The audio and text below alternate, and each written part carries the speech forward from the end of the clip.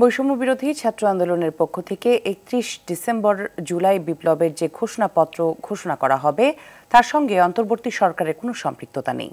বিকেলে রাষ্ট্রীয় অতিথি ভবন যমুনার সামনে এক সংবাদ ব্রিফিংয়ে সাংবাদিকদের প্রশ্নের জবাবে একথা জানিয়েছেন প্রধান উপদেষ্টার প্রেস সচিব মোহাম্মদ শফিকুল আলম। তিনি জানান, এটিকে সরকার বেসরকারি উদ্যোগ হিসেবেই দেখতে চায়। এদিকে অস্থায়ী পাস নিয়ে কাল থেকে সাংবাদিকরা সচিবালয়ে প্রবেশ করতে পারবে বলে জানিয়েছেন তথ্য উপদেষ্টা নাহিদ ইসলাম। সেলিম মালিকের রিপোর্ট। আগামী ৩১ ডিসেম্বর জুলাই বিপ্লবের ঘোষণাপত্র দেবে বৈষম্য বিরোধী ছাত্র আন্দোলন ও জাতীয় নাগরিক কমিটি। ওই দিন বেলা ৩টায় কেন্দ্রীয় শহীদ মিনারে অনুষ্ঠান করে এই ঘোষণাপত্র দেবে তারা। এ বিষয়ে সরকারের সম্পৃক্ততা আছে কিনা জানতে চাইলে প্রেস সচিব জানান, এটি পুরোপুরি বেসরকারি উদ্যোগ। যারা এটাকে প্রাইভেটলি যারা এটাকে সাপোর্ট করছেন, এটা প্রাইভেট ইনিশিয়েটিভকে সাপোর্ট করছে, এটার মধ্যে আমাদের গভর্নমেন্টের কোনো সম্পৃক্ততা নেই।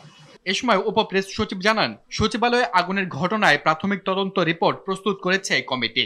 সোমবার প্রধান উপদেষ্টা ডক্টর মোহাম্মদ ইউনূসকে সেটি দেবেন সদস্যরা। এবং এই ক্রাইম সেন্টার তদন্ত করতে হবে এবং তদন্তটা সরকার সর্বোচ্চ গুরুত্ব দিয়ে এই তদন্তটা চালাচ্ছে।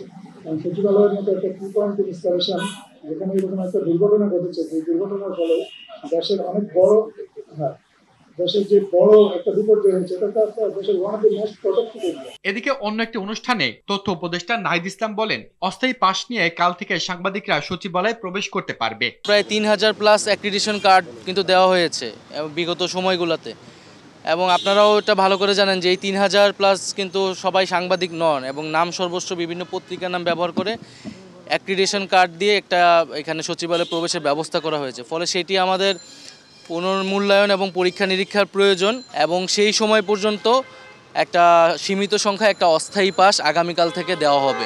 তিনি জানান, শেখ হাসিনা সরকার আমলে ৩,০০০-এর বেশি অ্যাক্রিডিটেশন কার্ড দেওয়া হয়েছিল, যার বড় একটি অংশই সাংবাদিক ছিলেন না। সেলিম মালিক, RTV, ঢাকা।